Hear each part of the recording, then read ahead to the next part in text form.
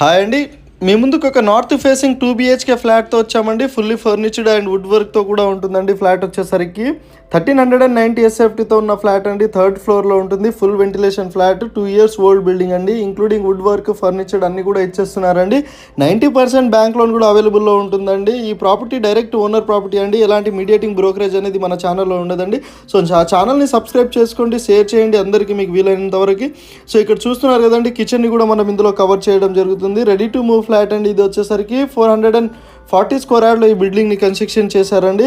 ఇందులో వచ్చేసరికి 10 ఫ్లాట్స్ ఉంటాయి. ఫ్లోర్కి 2 ఫ్లాట్స్ మాత్రమే ఉన్నాయండి.